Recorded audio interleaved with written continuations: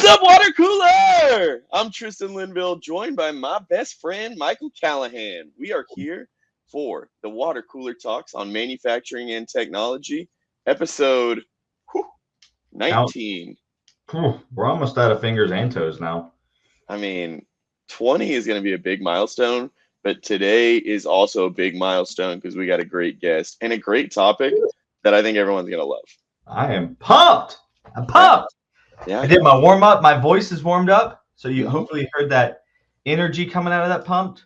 That's it, brother. Episodes. Man, it's a lot of hours, I think. I can't really do the math until I get a calculator. Funny story, my son comes to me with math questions, and it's like multiplication. And I'm like, man, you're really good that you can do that in your head. He's like, well, how do you do it? We got a really cool device. It's called a calculator. And in about 3 years, that's all you're going to use. But he's doing great. Very proud of him. Tristan, I need a joke to get me started today. Okay. So, taking it back to the days of pirates, do you know what letter really upsets a pirate when it's missing? I have a feeling, but I don't want to say it. It's P, because it really makes him irate. That's good. It wasn't what I was thinking. All right, that one's going to my kids later. That good. Well, with the bad joke, the dad joke, I'm going to bring on the guest for today. What do you think about that? Let's do it. Bring him on. Who do we have? All right. We have Mark Myshatyn, Enterprise AI Architect from Los Alamos National Laboratories. What's up, Mark? Morning. How are you all doing? Better now. For a great day. Yeah, we're loving it. We've been waiting for the fun to join the show, and now we got it. Glad to be here. Yeah, awesome, man. Yeah, thanks for joining. Callahan, I think you got first question today. Yeah. Well, do you want to? So, Mark, I'm super pumped to have you. Looking forward to gaining some of your insight and knowledge. Can you start by talking a little bit about your expertise, what you're passionate about? Just give us your background. Sure. So my background's mostly in cybersecurity and cloud. I've done a huge range of things within the IT world. Started doing help desk stuff at a rural K-12 school, chasing dust bunnies out of desktops. And I've done really cool, bleeding edge government stuff that'll never see the light of day, and doing cybersecurity work for those kind of projects. And so most of my focus has been, how do you make the new things work? People think cybersecurity is the realm of no, and it can be, but if you do it right, it's the realm of, that sounds hard, let's do it. What do we need to put in place? And it's a systems engineering problem. It's how do you get there?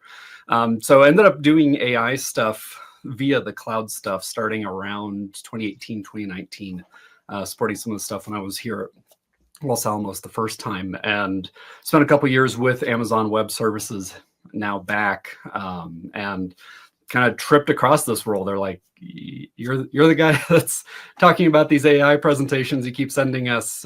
Found some awesome support through the director of our National Security AI Program Office, Jason Pruitt, and we've done some really neat things since then. So it's kind of a wild ride. It's hard to believe. It's been actually, as of today, 800 days since ChatGPT launched. Wow, that's it. Dang. A little over 2 years, 2 months, and the world keeps changing faster. So it's just a blast to be in this role today. That's really amazing to think about. That it feels like it's been around for 4 or 5 years. You would think so, but it's this like time dilation effect. There's been so much change all compressed together. It's wild. Cybersecurity is kind of important. Just a little bit, especially in the defense contracting government space. It's just kind of important. It's a good place to get involved. It's funny. Learn Mark and I met at IMTS, right? The big trade show. And we were at this Wrigley Field tour event that we were putting on, and that Mark joined us on. And we're sitting at the restaurant afterwards, and I'll never forget this because one of our colleagues, Michael, was giving a very passionate AI presentation directly to Mark, not I got knowing. full sales pitch there. I mean, That's he really funny. did, and Mark and I, we had already connected and talked previously, so he and I are just kind of like laughing on the inside because we're making eye contact, and it was one of the funniest moments of the night because I finally went up to our colleague and I was like, "Hey, brother, he knows all this. He's the AI architect for Los And, Alamos National Labs." It and was sales great. meet someone smarter than them. It was it was that nice intersection for sure. That's It, hilarious. it was fun to see him passionate about something, Yeah. but he definitely missed reading the room step first. Oh, that's hilarious. Hey, I mean, I guess shoot your shot, right? So, Yeah. Mark, oh man, my voice is going out there. Wow. See Here if we you are. can find it. Yeah, I found it. Mark, We talk about your journey with AI and kind of being a leader in this space. We all know that, defense contracting, government contracting, supporting the government is always going to be kind of leading edge. So when we talk about you being a leader in that space, like what do you think are going to be some of the most impactful applications of AI ML that you can share with the audience today? Mhm.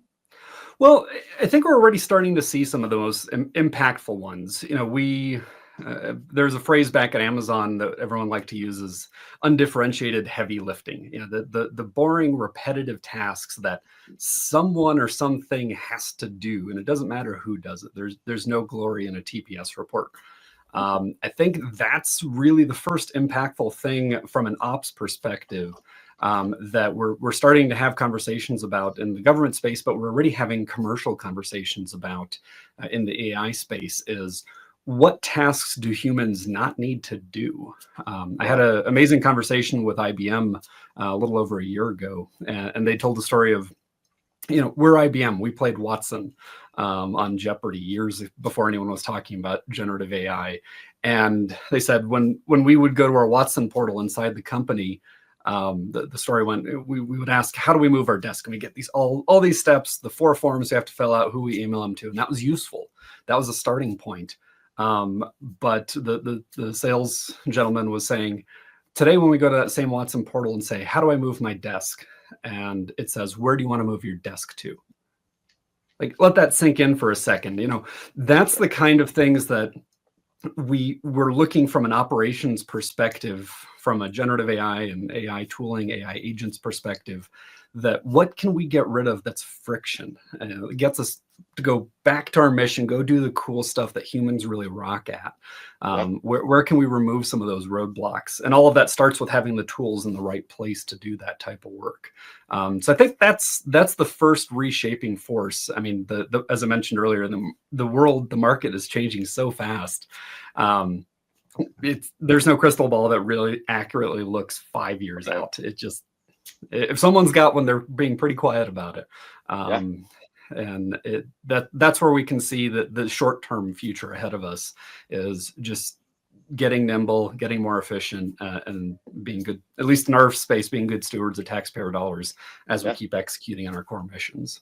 And you kind of mentioned things moving so fast, right? You and I, before this conversation, when we got on, we're kind of talking about the rapid changes that are happening out there. Like you're seeing things go from academia to production in, this feels like a week, right? Or a very short period of time. So I guess when we talk about some of those changes that are rapidly occurring that probably are making your life super fun in an exciting way, but also challenging in a very stressful.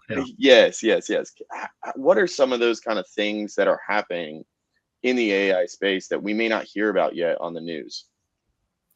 Well, I mean, there's so much. We're not going to get a nice soundbite out of it. The changes that are really happening is how are we getting past what the model knows and into this agentic space. That seems to be a lot of thrust out of a lot of conversations currently of what's the right way to do tool calling? What's the right way to introduce the context of our organizations to these models?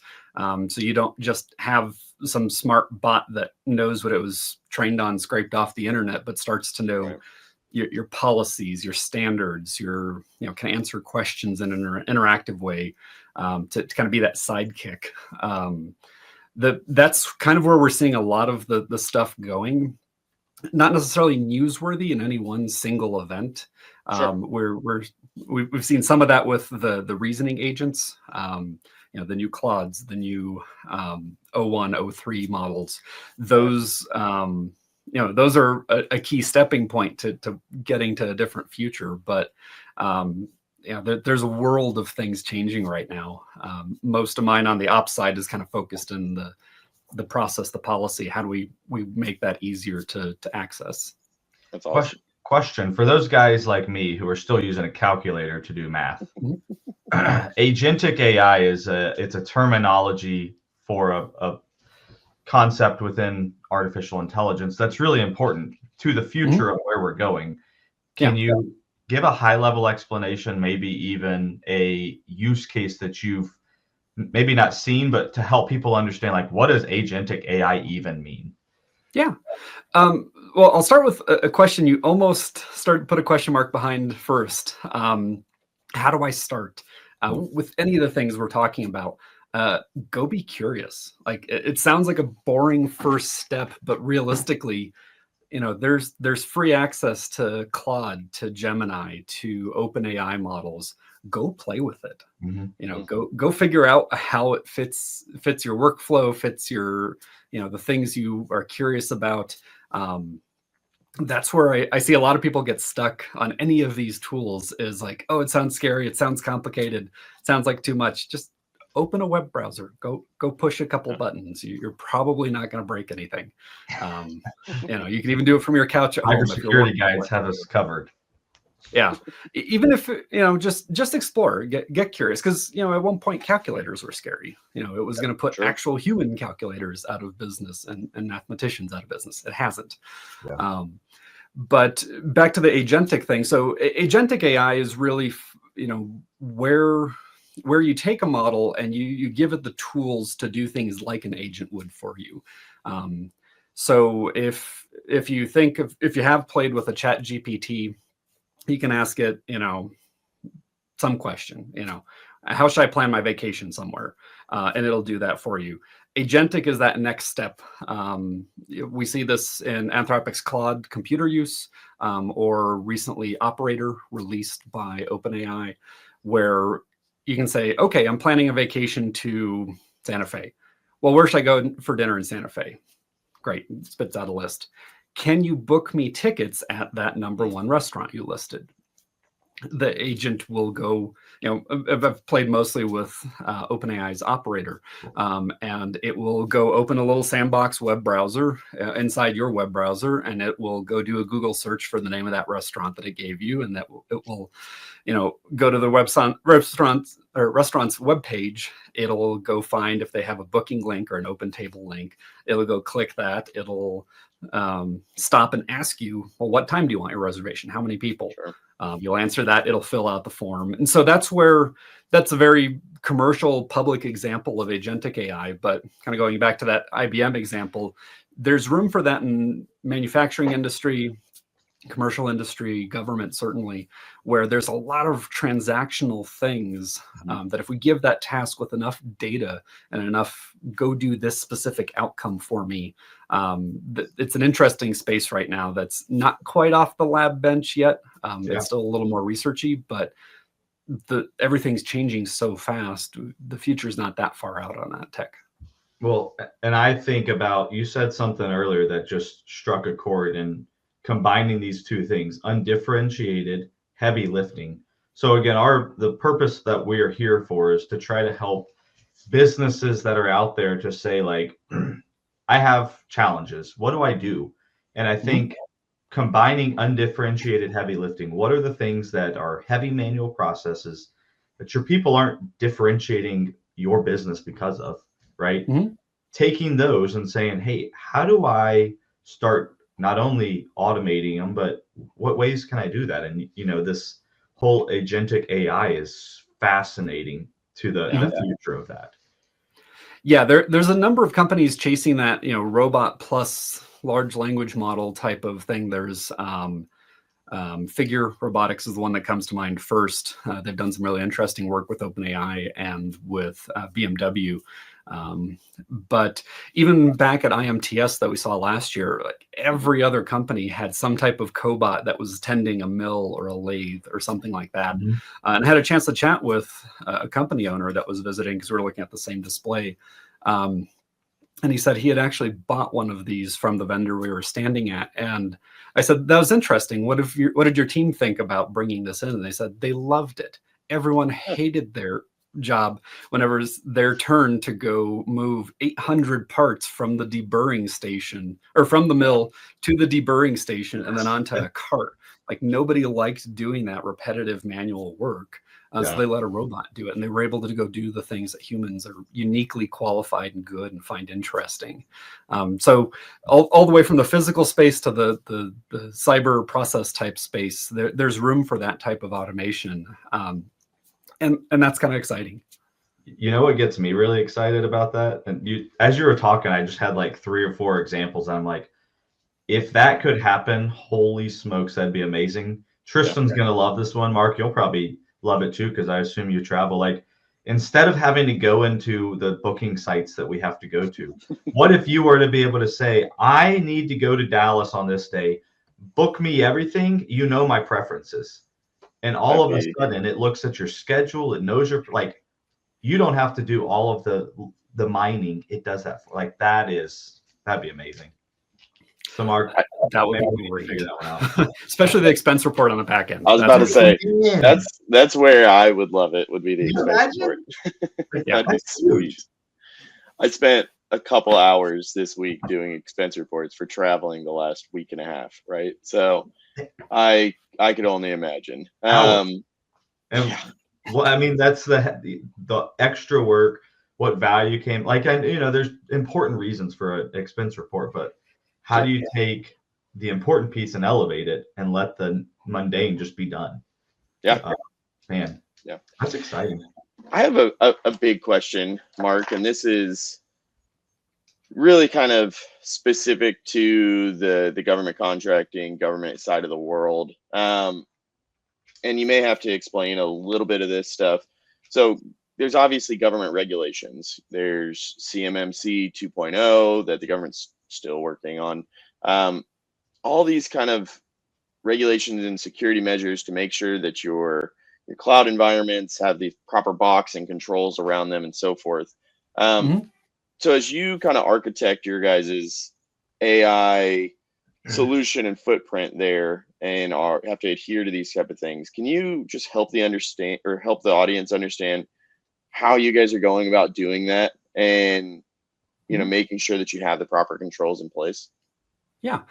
So I can't get too far into the details, but in general, I mean, we're not a t-shirt company. We're a lot of organizations have the flexibility to pull out a purchase card, go buy a thing, go fast. I mean, we have any federal entity, not just Los Alamos. There's rules for procurement. You mentioned CMMC. Nearby is the Federal Acquisition FAR rules. So making sure they line up with your acquisitions rules. That's kind of your starting point. Then you go into the cybersecurity, posture, especially for cloud-based tools. You're talking about the coworker that was really excited about this tool you had, and it would not pass muster for what we needed. There's requirements about, you start with your data levels. If something's open public, that's a different conversation than if it's, some type of controlled or even classified data. So public, companies have a much more flexible time of what they can accept from a security risk standpoint, but certainly government entities, we have to sweat the details about, what paperwork, what accreditation do we have to show in terms of how we're protecting that system? That system has to be in a place where it can be protectable for that data type. There's this very deep rabbit hole of ITAR and EAR and MAP that you can go down in terms of handling certain classes of data from an export restriction standpoint. That overlaps into your staffing plan, because that goes into your, at least in the United States, U.S. persons, U.S. citizens requirements for touching that data. And then also from a cloud perspective, if it is a software as a service tool, how are you doing that shared responsibility? Might have lost Tristan there. Tristan got kicked off. Yep. But we have some interesting things where, we have to share responsibility with some of these cloud providers. So is what they're doing on the bottom that we build on top of in the right space. And a lot of that's really codified pretty well. The DoD has their impact level series. Other agencies have their own variations of that. Certainly GSA, General Services Administration, has their FedRAMP series of FedRAMP accreditations and attestations. So it's this complex web, and where certain commercial entities think it's easy, like, oh, just buy it. We'll sign a direct contract with you. It's a credit card, and you just access our web page. Peace. We hear you. We wish it was that easy, but we have to be stewards of government data and do that right. Then we get to build. And it sounds like we're dragging our feet, especially to the sales folks. Hey, you're back. Yeah, it sounds like part. Yeah. Well, you'll hear it later. I hear there's a recording of this. Yeah, it's that internet in Oklahoma. It's Skipper. Only he had an agent to be able to know that it was about to go out and connect him to a different device. But anyways, back to Mark, what you're talking about. You laid out the structure, right, of making sure that the data's obviously in the right spots, that we're up in line with all of the government regulations. Mm-hmm. I am curious because, and you keep going if there was more, but one of the things that I keep thinking is like, there's all of these data pieces going on, mm-hmm. and those data pieces have to align to the regulations. Like, the question I'm going to ask, I'm not sure if there's an answer, but how can AI kind of or bring things to people's attention when it's out of line? Like, where is that in the process? That's an interesting engineering question. It depends. The usual systems engineering answer. And so where you can bring AI in, make it more accessible. I have, a custom GPT that I've made in ChatGPT that lets me chat with all of the NIST documents. Actually, that's amazing. This is NIST 800 Rev 4. Yeah, this is my Rev 4 book. It's that thick, and I've come to know and love it pretty well because I was a security engineer doing security engineering work. But to most people, this is a very thick, very dry book. So you won't replace it because you are legally responsible as a federal entity in most cases. Per your agency's requirements, that there's some derivation of NIST you probably have to adhere to. But it's great to have, policy chatbots that can, I know I'm responsible for all of it, but I don't remember how I answered, CM4. And you can go pull out the Bible, and go to the, configuration management family of controls and read it for yourself. But there's ways to reduce the friction that way. I haven't heard, maybe it's out there, someone making a accreditation bot that'll, take inputs and then let you chat with stuff. There's an interesting conversation that starts to happen about human in the loop and data fidelity. Large language models still get things wrong, and often convincingly wrong. So for something that's as important with security, you have to figure out how you're keeping that in the loop. But there's ways to start making it more accessible for people that don't live in that security engineering or information system security officer manager type world. Just to start learning that environment. You said something, and I think it's important. I think the reason that you built your own is because the data that you are working with is protected private, right? And so you obviously can't use any of the other ones because those are too public. And I only ask that because I think that's an important understanding for people listening. Yes and no. I mean, it all starts with your data protection levels. For almost any agency, there is some type of governance out there, especially for contractors working with agencies. A lot of times that's defined in those contracts, where it says, here's how you have to protect stuff. And then you kind of work backwards from there. We have combinations of commercial tools that we have access to, but they're limited at the data levels. Yeah. We have, AI tools running very interesting places, and it's taken a lot of paperwork to get there, but they needed to be there to meet mission. And a lot of agencies are really in that same boat. It's a mix of answers, not just one answer. I'll ask a question, and it's your advice to individuals in the space that they're having to align or comply with CMMC 2.0, right? What's your advice to them as they're trying to continue to advance their business and in line with that undifferentiated heavy lifting? Like, what's your advice for them to be thinking about? Like, where do I go? What do I do? Spot the details. I mean, that's where we've had the most interesting and frustrating challenges. I can say not just in the AI space, but in the cloud space. Back when I was doing cloud stuff with AWS, it was some customer is going to want to dive deep into some detail of that regulation, whether it applies to them or not. And you better have an answer. So from the sales side, if you're trying to sell to CMMC customers, to CNSS 1253 customers, pick your cybersecurity standard. If they're downstream and you're saying I can meet your needs, you better understand their needs first. There's really no shortcut to that. You can lean on AI tools to help you get smart, help you answer questions quickly, but at the end of the day, you're still the human responsible for answering those questions. I haven't seen a great way to reduce that. That's where we still need those experts in the loop. But chances are, if you don't have those experts, you can find them. Yeah, indeed. I know. Or grow them. That's an option too. Well, what's up? I mean, this has been awesome, right? Sorry I had to drop. It looked like my internet did drop. But glad I'm back and back for the big finale. Mark, what's your next big vacation that you have planned? I don't know that anyone in the AI space really takes vacations right now. True. AI is going to plan it though.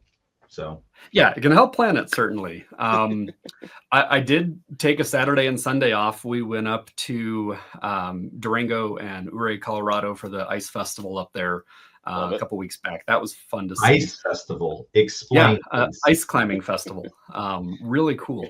Sounds dangerous. It can be. That's where you still have to be the expert in the loop to know what's going on. I've tried walking on ice. Can't imagine climbing on it. Yeah, really, really cool stuff. Awesome. Tremendously athletic people. The town has this natural gorge, has some springs feeding into it, and a river, a creek slightly above it, and they have nozzles that they save some water in the fall, and then they actually spray more water into this slot canyon to have more ice flows for people to climb. That's wild. That's awesome. Absolutely wild. And that part of the central southern Colorado mountains, hard to get to, but incredibly beautiful. So it was fun to get away for a short little period of time, but nothing big planned anytime soon. If you could go somewhere, how about this? If you could, where's your dream vacation? Ooh, I'd love to go back to Japan. I have photography. I don't know if my camera's in frame, but photography is a overgrown hobby of mine. So it'd be fun to go back there and just do architecture and photography there in Japan again. I'd love to visit Iceland as well. More landscape than architecture there, but those are on the list. Don't know when we'll quite get there. So that's cool. Awesome. Well, Mark, thanks for coming on. This has been a pleasure. It's good to reconnect and see you again. As always, to the audience, don't forget to drink your H2O. and hope you enjoyed the show. So thanks, man. Thanks, Mark. Appreciate it. Have a great rest of your day. Thank you. You too.